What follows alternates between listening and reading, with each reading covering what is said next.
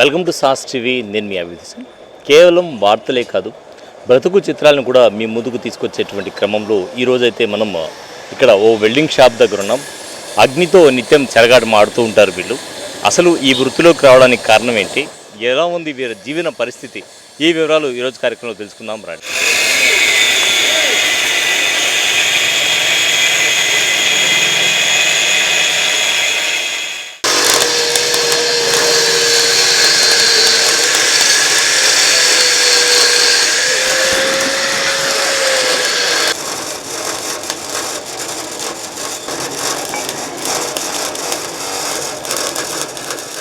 నేటూర్లు కొత్తగా ఇల్లు కడుతున్నారా?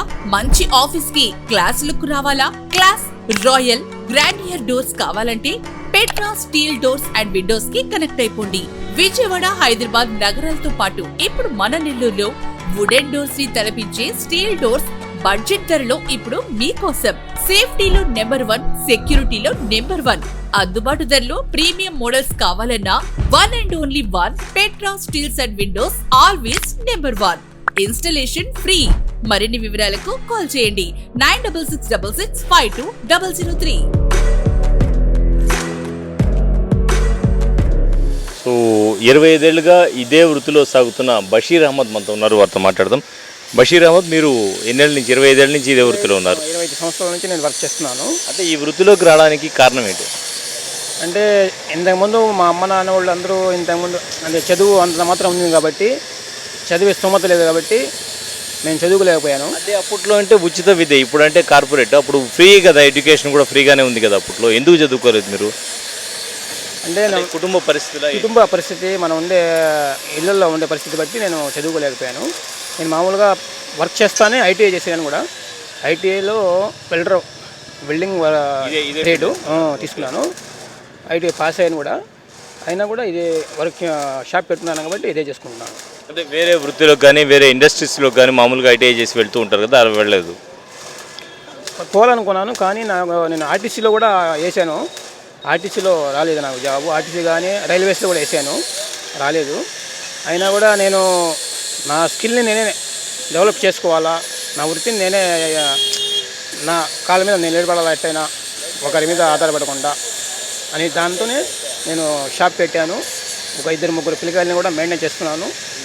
దేవుడు ఎట్ట కూడా పని జరుగుతుంది. ఎలా ఉంటుంది రోజువారీ, ఎంత వస్తుంది సంపాదన, ఎలా ఉంటుంది సంపాదన? పర్వాలేదు సార్. ఇప్పుడు ఉండే పరిస్థితిని బట్టి రోజుకి 1000 రూపాయలు రావచ్చు, 2000 రావచ్చు, 3000 రావచ్చు. అంటే పనిని బట్టి ఉంటుంది. ఏదైనా కూడా వచ్చే కస్టమర్స్ బట్టి ఏదైనా పని. ఎలా ఉండేది ఆనాటి పరిస్థితులు? అంటే మీరు ఇంకా చదువుకోలేని పరిస్థితి వచ్చింది అని చెప్తూ ఉన్నారు కాబట్టి, అయితే ఇంట్లో కుటుంబ పరిస్థితి ఆ రోజు ఎలా ఉండేది, ఇబ్బందులు ఎలా ఉండేది? మా నాన్న మా అమ్మకి ఇచ్చేది అంతా 20 రూపాయలు ఇచ్చేది అప్పట్లో. అంటే కూరకు కానీ భోజనానికి మనం చేసుకోవాలంటే 20 రూపాయలు ఇచ్చేది. ఏం చేసేది మీ నాన్న? మా నాన్న టైలరింగ్ వర్క్ చేసేది. చిన్న బజార్లో టైలర్ వర్క్. మా నాన్న పేరు ముత్తహర్ భాష. అటువంటి సందర్భం కాబట్టి అందువల్ల మేము మరి మా ఇంట్లో జరగని పరిస్థితి కాబట్టి మేము చదువుకోలేకపోయాము. ఈరోజు ఏంటంటే పని నేర్చుకున్నాను కాబట్టి షాప్ పెట్టుకొని చేసుకుంటున్నాను.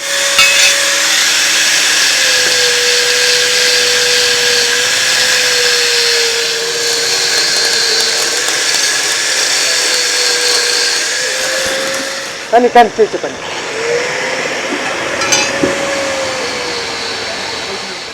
వీళ్ళందరూ వర్క్ చేస్తూ ఉంటారు. సో ఇది మామూలుగా కొంత ప్రమాదకరమే కదా చేసేటప్పుడు? ఎట్లా ఉంటుంది వర్క్ ఇది?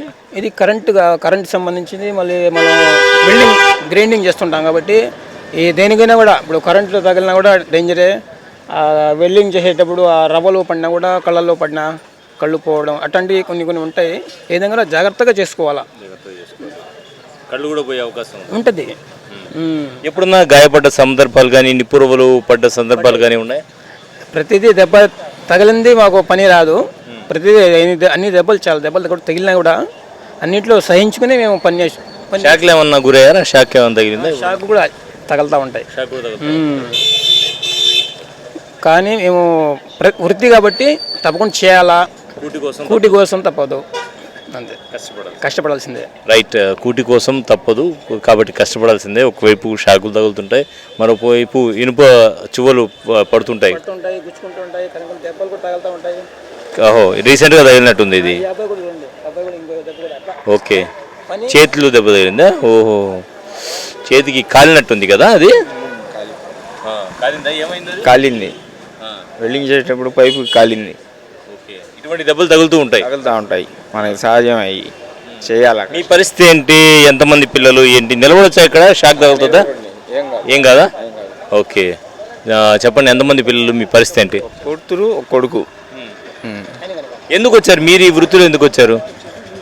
అప్పుడంటే చిన్నప్పటి నుంచి చదువుకోలా, ఇదే పని చేస్తున్నాను, అదే వరకు చేతిలో ఉంది. ఎందుకు చదువుకోవాలి? కారణం ఏంటి? మీ కుటుంబ నేపథ్యం ఏంటి? పరిస్థితి ఏంటి? ఇప్పుడు మా నాయన అంత సంపాదన లేదు, ఇంకా పనిలో జరిపించేశాడు పనిగా అని, అందుకే చేసుకుంటా ఉన్నాం పని. ఇప్పుడు ఏంటి పరిస్థితి? మీ పిల్లల పరిస్థితి ఏంటి? పిల్లలు చదువుతూ ఉన్నారు. పాప ఇంటరు, పిల్లలు నైన్త్ చదివిస్తున్నారు. మీ కష్టం మీ పిల్లలు పడకూడదు, అంతేనా? అదే అంతే.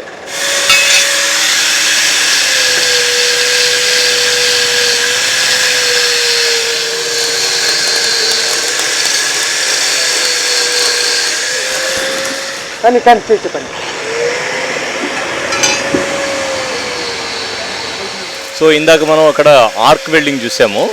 సో ఇటువైపు గ్యాస్ వెల్డింగ్. ఏంటి రెండింటికి డిఫరెన్స్ ఏంటి? రెండు ఐరన్ చేస్తారు, ఎందుకని డిఫరెన్స్ అది? ఇదే గ్యాస్ వెల్డింగ్ ఏంటంటే ఈ రేకులకు వెల్డింగ్ అవుద్ది, అదైతే ఐరన్కి వెల్డింగ్ అవుద్ది, ఆర్కే వెల్డింగ్. ఓ, రేకులకు చేయడానికి గ్యాస్, ఆటోలకి రేకులకి గ్యాస్ వెల్డింగ్. మామూలు గేట్లు చేయాలంటే ఆర్కులింగ్ చేయాలి. గేట్ల వరకు అది స్ట్రాంగ్గా ఉంటుందా దీని మీద? హెవీ లావు కాబట్టి అది స్టాండ్ అవుద్ది. రేకులు అంటే దీనికి అవుద్ది, రేకుల వరకు ఇదే చేయాలి. దీనికి చేయాలి రేకుల వరకు.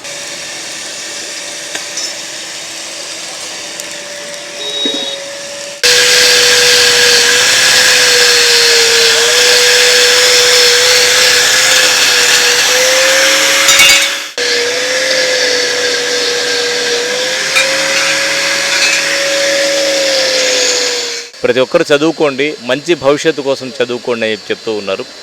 ధన్యవాదాలు భాషా గారు ఈరోజు మాతో మాట్లాడినందుకు.